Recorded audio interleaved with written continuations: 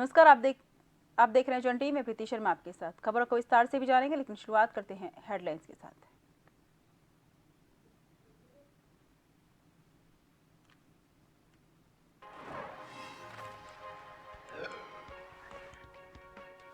PM Modi ने की मन की बात। सीएम धामी ने लज्जाकर देहरादून में सुना 109वां संस्करण। कहा पद्मश्री सम्मान प्राप्तकर्ताओं का किया जिक्र।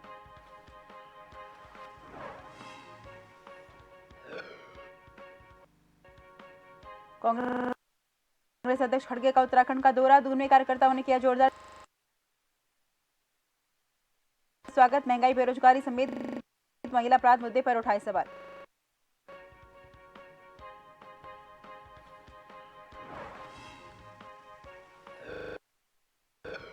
राज्यपाल जनरल गुरमीत सिंह ने राष्ट्रीय एकता यात्रा पर आए छात्राओं से की मुलाकात। लद्दाख के फोर बरांग के हैं 16 स्टूडेंट।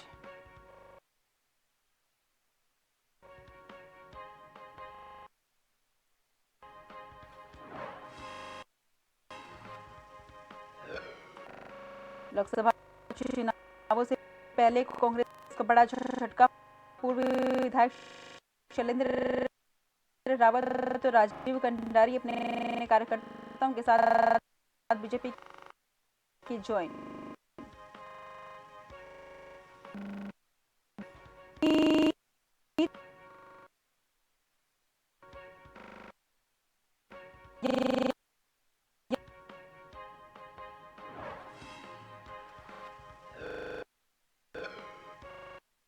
उत्तराखंड के मौसम में फिलहाल राहत नहीं। घने कोहरे और शीतलहर का येलो अलर्ट। पर्वतीय इलाकों में बर्फबारी।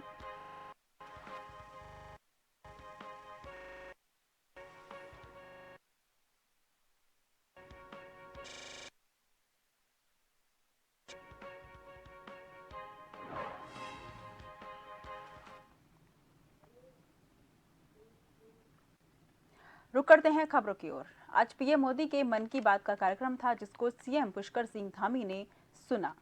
बता दें कि मुख्यमंत्री ने कहा कि मन की बात कार्यक्रम के माध्यम से प्रधानमंत्री नरेंद्र मोदी द्वारा देशवासियों के ऐसे प्रयासों को सामने लाया जा रहा है जो निस्वार्थ भावना के साथ समाज और देश को सशक्त करने का काम कर रहे हैं। प्रधानमंत्री ने आज पद्म सम्मान प्राप्तकर्ताओं का जिक्र किया। अपने अपने क्षेत्र में काफी अनूठे काम कर रहे हैं। महिला सशक्तिकरण की दिशा में प्रधानमंत्री नरेंद्र मोदी के नेतृत्व में देश में काफी तेजी से कार्य हुए हैं। इसी का परिणाम है कि आज हमारी नारी शक्ति हर क्षेत्र में सराहनीय कार्य कर रही है।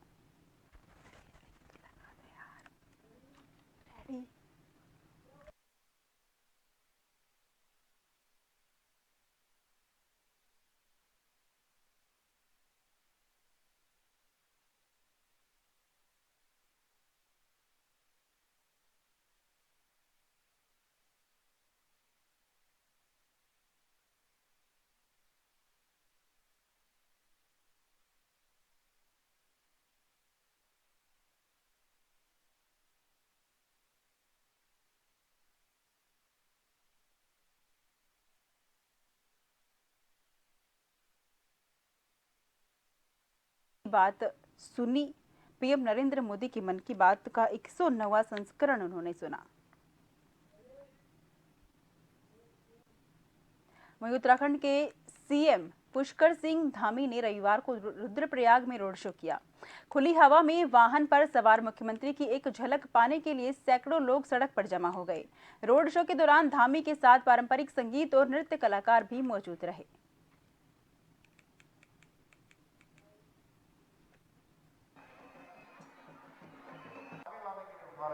हमने जहां एक और प्रदेश के अंदर देश का सबसे कठोर नकल विरोधी कानून लागू किया। आप सबको पता है हमारे बच्चों को कितनी परेशानियां होती, गरीब माता पिता के बेटे बेटियों को नकल के कारण से पीछे हो जाना पड़ता था। हमने नकल का अध्यादेश लागू किया। वहीं धर्मांतरण को रोकने के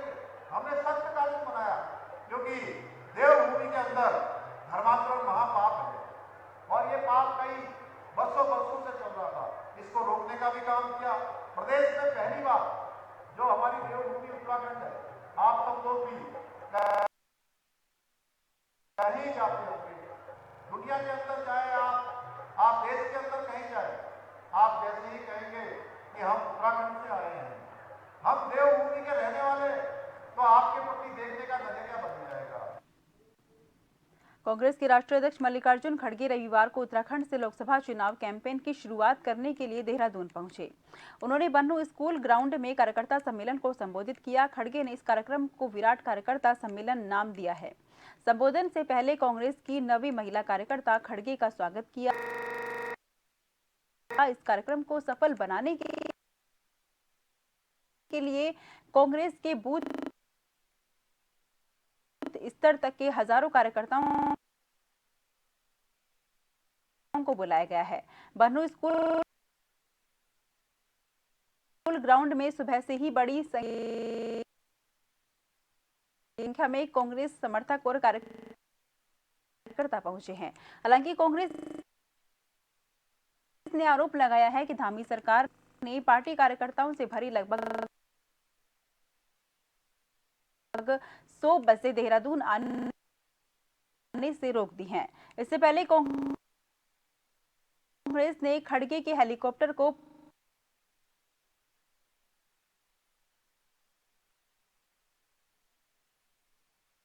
पुलिस लाइन हेलीपैड पर उतरने की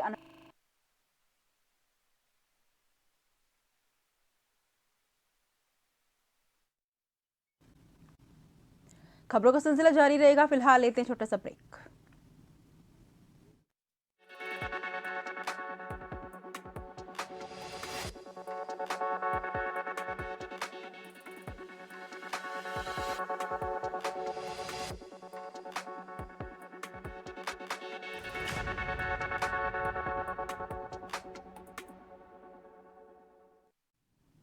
ब्रेक के बाद फिर से आपका स्वागत है। रुक करते हैं खबरों की ओर।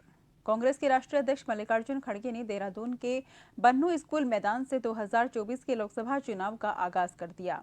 राष्ट्रीय अध्यक्ष बनने के बाद मल्लिकार्जुन खड़गे पहली बार देहरादून पहुंचे। देहरादून पहुंचने पर कांग्रेस के कार्यकर्ताओं ने उनका जोरदार स्वागत किया। राजधानी देहरादून में आयोजित कार्यकर्ता सम्मेलन में हजारों की संख्या में पूरे प्रदेश से कांग्रेस के कार्यकर्ता पहुंचे थे। इन हजारों की संख्याओं में पहुंचे कार्यकर्ताओं को कांग्रेस के वरिष्ठ नेताओं ने संबोधित किया। वहीं कांग्रेस के राष्ट्रीय अध्यक्ष मल्लिकार्जुन खड़गे ने बीजेपी पर कटाक्ष करते हुए जोरदार हमला बोला और कहा कि देश के विकास में कांग्रेस का बहुत बड़ा योगदान रहा है। आज देवभूमि उत्तराखंड में प्रथम बार हमारे राष्ट्रीय कांग्रेस पार्टी के अध्यक्ष मल्लिकार्जुन खड़गे जी पधारे हैं। हम पूरे उत्तराखंड वासी तहे दिल से उनका स्वागत करते हैं और खड़गे जी के ओजस्वी भाषण से सारे कांग्रेस कार्यकर्ता जोश में आए हैं और निश्चित पूरे जोश के साथ उनके मार्गदर्शन में लोकसभा चुनाव और आने वाले निकाय चुनाव में पूरी ताकत से कार्यकर्ता काम करेगा। देखिए, जैसे भारतीय जनता पार्टी की रीति और नीति है, उसको देखते हुए लगता है कि आज जितना बड़ा जन सैलाब यहाँ पर उमड़ा है, वो आज चाहती कि कांग्रेस पुनः सत्ता में आए और जो हमारे बेरोजगार साथी हैं, नौजवान साथी हैं, उनको रोजगार मिले। जो हमारे बेरोजगार सड़कों में घूम रहे, हमारे प्रदेश में अंकिता भंडारी की जैसे हत्या हुई, उसके जो नुमाइंदे हैं जिन्होंने उसकी हत्या की है, उनके साथ बीजेपी पूरा उनका सहयोग कर रही है। इसके लिए प्रत्येक व्यक्ति, प्रत्येक महिला, प्रत्येक जनमानस का विरोध है। हम चाहते हैं कि कांग्रेस पुनः साबित करेगी और केंद्र में कांग्रेस की सरकार बनेगी। बीजेपी प्रदेश कार्यालय में आज कांग्रेस पार्टी के साथ कई दलों के वरिष्ठ पदाधिकारी और कार्यकर्ताओं ने सदस्यता ली। बीजेपी प्रदेश अध्यक्ष महेंद्र भट्ट, सैनिक कल्याण मंत्री गणेश जोशी ने सदस्यता दिलाई। कोटद्वार के पूर्व विधायक शैलेंद्र रावत, केदारनाथ के पूर्व विधानसभा प्रत्याशी कुलदीप रावत, कांग्रेस पार्टी के नेता मातवार सिंह कंडारी के बेटे राजीव भंडारी के साथ भारी संख्या में कार्यकर्ताओं के साथ सदस्यता ली।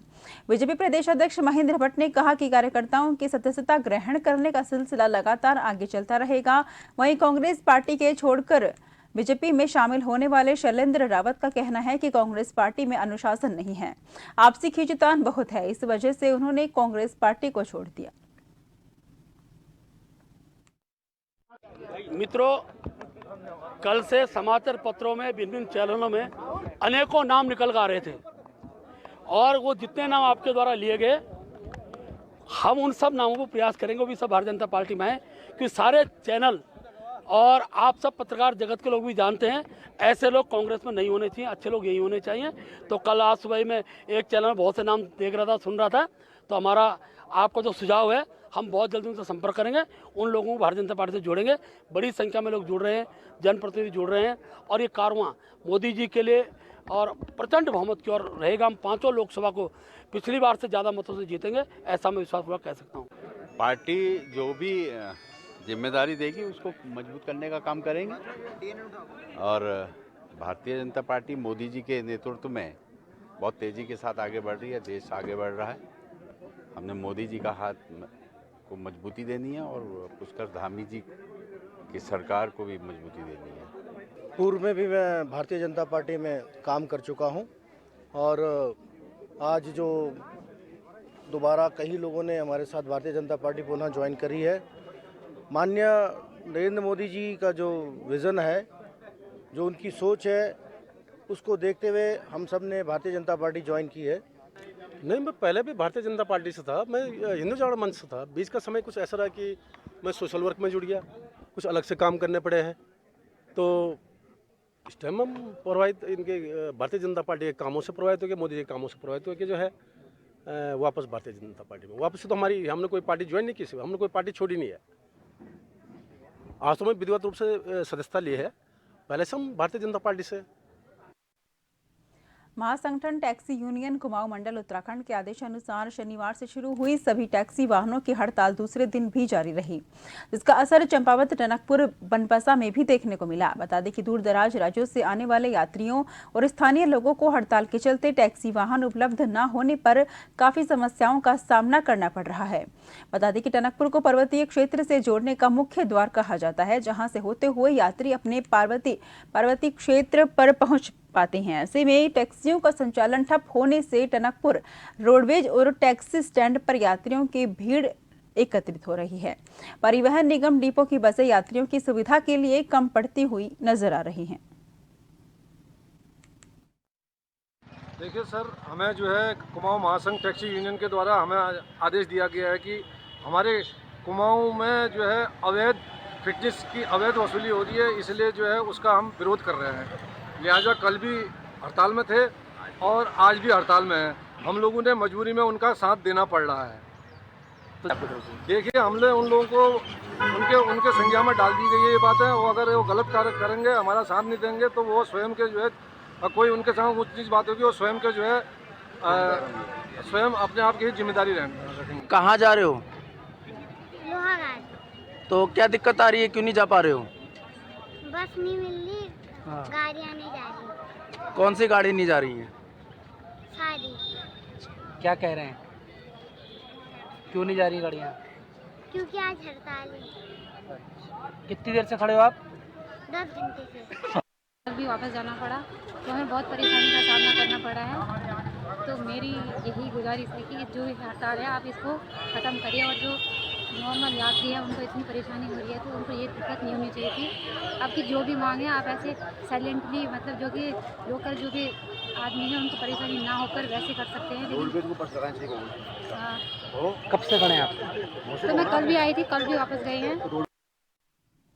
वैसे तो उत्तराखंड को देवभूमि के नाम से जाना जाता है, क्योंकि यहाँ 4 धाम के साथ ही पंच बद्री, पंच केदार और पंच प्रयाग मौजूद हैं। वहीं एक ऐसा रहस्यमय धाम है जिस धाम का नाम पंच केदार में से एक कल्पेश्वर धाम है। पंच केदार कल्पेश्वर धाम जोशीमठ की उर्गम घाटी में मौजूद है, जो भक्तों के लिए 12 महीने खुला रहता है। भगवान कल्पेश्वर धाम एक विशालकाय चट्टान पर बने गुफा के अंदर विद्यमान है, जहाँ साक्षात शिवलिंग के दर्शन होते हैं। कल्पेश्वर धाम में भगवान महादेव की जटाओं की पूजा अर्चना की जाती है। यहाँ खासकर महाशिवरात्रि के पवित्र दिन पर सैकड़ों हजारों की तादाद में शिव भक्त दर्शन करने के लिए पहुंचते हैं। कल्पेश्वर धाम जोशीमठ से तकरीबन 25 किलोमीटर की दूरी पर मौजूद है। यहाँ आए दिन ग्रामीण भगवान कल्पेश्वर धाम में पहुंचते हैं और यहाँ पर भजन कीर्तन के साथ साथ पारंपरिक नृत्य का आयोजन भी करते हैं। गुफा से कुछ दूरी पर एक रहस्यमय जलधारा है, जिसका निर्मल जल हीरे की माफी चमकता रहता है। धर्म विराजमान भगवान कल्पेश्वर महादेव, जो कि पंचम केदार उर्गम घाटी में स्थित है। यहाँ शिव के जटाओं की पूजा की जाती है और भगवान शिव का सुबह शाम रुद्राभिषेक, भजन कीर्तन और आरती संध्या का आयोजन किया जाता है। कल्पगंगा के किनारे स्थित भगवान शिव का 5वां केदार है, जो कि अति प्राचीन है। यहाँ पर भल्ला वंशज के पुजारी लोग होते हैं जो कि भगवान शिव के पूजा अर्चना करते हैं। और इसके अलावा भगवान कल्पेश्वर महादेव में महाशिवरात्रि पर्व मनाया जाता है, जो कि आगामी मार्च माह में होगा। यहाँ पर महाशिवरात्रि पर्व मनाया जाएगा। खटीमा के सीमांत सुरई वन क्षेत्र में स्थित बाबा भारामल समाधि स्थल मंदिर के महंत हरिगिरी महाराज और सेवादार रूप सिंह बिष्ट की 4 जनवरी को हुई निर्मम हत्या और लूट की वारदात का पुलिस ने खुलासा किया है। उधम सिंह नगर के पुलिस अधीक्षक मंजूनाथ टीसी के सीमांत झनकैया थाने में प्रेस कॉन्फ्रेंस कर उक्त मामले का खुलासा किया गया है। मीडिया को जानकारी देते हुए पुलिस अधीक्षक ने बताया कि घटनास्थल गहन जंगल के बीच स्थित होने के कारण उक्त मामले में कोई पुख्ता लीड प्राप्त नहीं हो रही थी, जिसके बाद इस वारदात का खुलासा करने के लिए 15 टीमों का गठन किया गया। गठित टीमों के द्वारा अलग अलग स्तर पर मामले की जांच शुरू कर दी गई। इस मामले को सुलझाने के लिए पुलिस टीमों द्वारा लगभग 1200 अलग अलग लोगों से पूछताछ की गई। साथ ही आपराधिक पृष्ठभूमि के लगभग 1000 से ज्यादा अपराधियों का भी बयान लिया गया। इस दौरान पुलिस टीम के द्वारा लगभग 1500 सीसीटीवी कैमरों की फुटेज की जाँच भी की गई है। दिनांक 4 और 5 की मध्यरात्रि में बारामल जो धाम बारामल बाबा मंदिर में जो महंत हरिगिरी महाराज और उनके चेला एक जो है रूप सिंह रूपा कहते हैं, उन दोनों की बर्बरता से हत्या हुआ था। डे 1 से लग रहा था कि ये साथ में गुल्लक सारे लूटे गए थे और सारे पैसे और सारे पेशकीमती सामान लूट के ले गए थे। तो ये हमारे लिए बहुत चैलेंजिंग घटना था। पूरे जनपद के सभी जो ऑफिसर्स है जो क्राइम में बहुत एक्सपर्टीज रखते हैं, उनको लेके हमने एक विशिष्ट टीम बनाए थे। पर हमारे टीम ने त्वरित कार्रवाई करते हुए अपराधियों को धरपकड़ कर लिया है। टोटल 3 अपराधियों को हमने पकड़ा है। इससे ये संतुष्टि मिली है कि प्रशासन ने अपना तन मन धन लगा करके और बड़ी मेहनत से लगन से इस केस को पर्दाफाश किया और सभी टीम लगी रही। कई बाहर से भी टीमें आई, इधर से भी टीमें आई और मैं पुलिस प्रशासन का बहुत आभारी हूँ जो उन्होंने हमारे महात्मा का मर्डर हुआ और उसका खुलासा जल्द से जल्द किया। मुख्यमंत्री पुष्कर सिंह धामी ने देहरादून के रेसकोर्स स्थित बन्नू स्कूल मैदान में आयोजित स्टेट हैंडलूम एक्सपो में प्रतिभाग किया। इस अवसर पर मुख्यमंत्री ने एक्सपो में लगी विभिन्न स्टॉलों का निरीक्षण किया और शिल्पियों, बुनकरों और लघु उद्यमियों का उत्साहवर्धन किया। मुख्यमंत्री ने कहा कि स्टेट हैंडलूम एक्सपो अपने आप में विशिष्ट है, क्योंकि इसका स्वरूप जहां एक मेले जैसा है, वहीं ये व्यापारिक और स्वरोजगार के क्षेत्र में कार्य कर रहे युवाओं और महिलाओं को अपने कार्य का प्रदर्शन करने के लिए एक विशिष्ट मंच भी प्रदान करता है। मुख्यमंत्री ने कहा कि हमारे हैंडलूम में आप यहाँ के प्रतीक चिन्ह, हमारी संस्कृति का समावेश करेंगे तो ये निश्चित ही देश दुनिया में लोकप्रियता और पहचान दिलाएगा।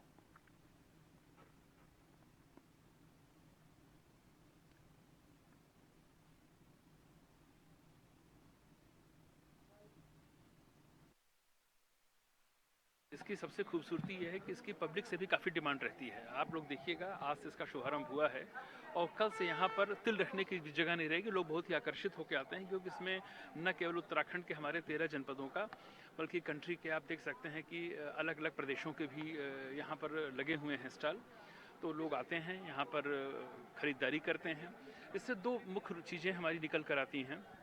एक तो एक कल्चरल आदान प्रदान जो होता है, हम वहाँ की कल्चर को समझते हैं, वहाँ की किस प्रकार का वहाँ पर दस्तकारी शिल्पकारी पनप रही है, और एक हमारे जो प्रदेश के 13 जिलों के उत्पाद हैं उनको भी एक नेशनल मार्केट मिलती है। फिलहाल के लिए मुझे दीजिए इजाजत। देश भर की तमाम खबरों के लिए आप लगातार देखते रहिए जन टीवी।